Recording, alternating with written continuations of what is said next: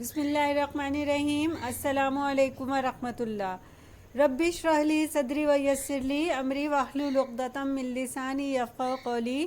امید ہے آپ سب خیریت سے ہوں گے۔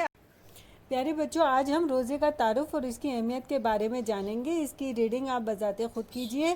قرآن مجید میں اللہ تعالیٰ ارشاد فرماتے ہیں، یا ایھا الذین آمنوا کتب علیکم الصیام کما کتب علی الذین من قبلکم لعلکم تتقون۔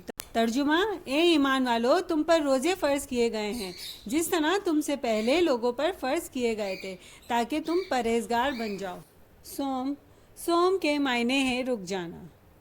عربی زبان میں روزے کو صوم کہا جاتا ہے، یعنی صبح صادق سے غروب آفتاب تک کھانے پینے سے رک جانا اور برے کاموں سے بچے رہنے کو روزہ کہتے ہیں۔ روزہ اسلام کے 5 ارکان میں سے ایک ہے۔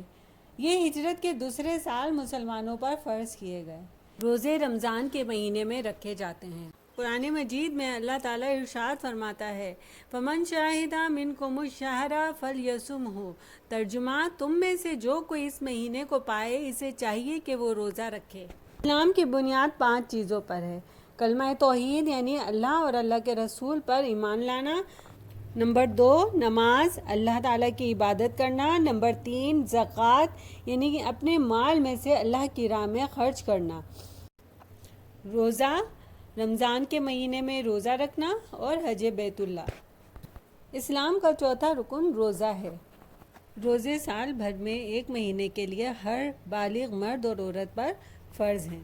نیکی کا ثواب 10 گنا ہے، لیکن روزے کے اجر و ثواب کے بارے میں حضور پاک صلی اللہ علیہ وآلہ وسلم نے فرمایا کہ اللہ تعالیٰ فرماتے ہیں کہ روزہ میرے لیے ہے اور میں ہی اس کی جزا دوں گا، کیونکہ روزے دار میری خاطر اپنی خواہشات اور کھانا پینا ترک کرتا ہے۔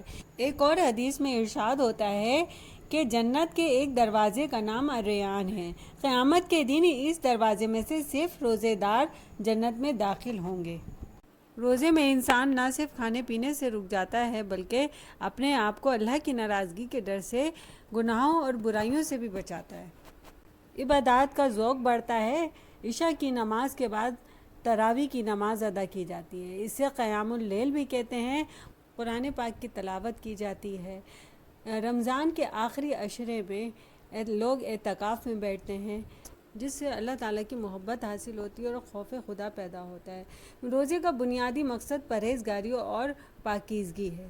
تمام برائیوں سے اپنے نفس کو پاک کرنا ہی روزہ کہلاتا ہے، جس سے انسان میں تقوی کی صفت پیدا ہوتی ہے۔ حضور صلی اللہ علیہ وآلہ وسلم نے فرمایا، الصوم جنات، روزہ ڈھال ہے، یعنی روزہ انسان کو برائیوں سے روکتا ہے۔ روزہ رکھنے سے مسلمانوں میں نہ صرف تقوی کی صفت پیدا ہوتی ہے بلکہ اسے غریبوں کی بھوک پیاس کا بھی احساس ہوتا ہے اور مسلمانوں میں نظم و ضبط بھی پیدا ہوتا ہے۔